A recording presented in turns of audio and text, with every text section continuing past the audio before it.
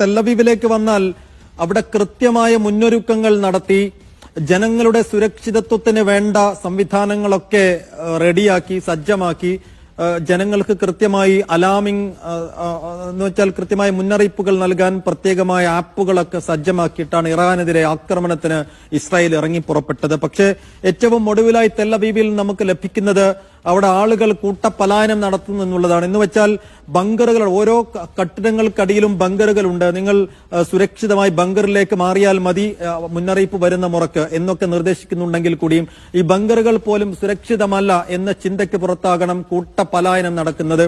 എന്താണ് തെല്ലവീവിലെ ഏറ്റവും പുതിയ സ്ഥിതി? ഇനി പലായനം തന്നെയാണെങ്കിലും എങ്ങോട്ടേക്കായിരിക്കും ഈ ആളുകളൊക്കെ പോകുന്നുണ്ടാവുക?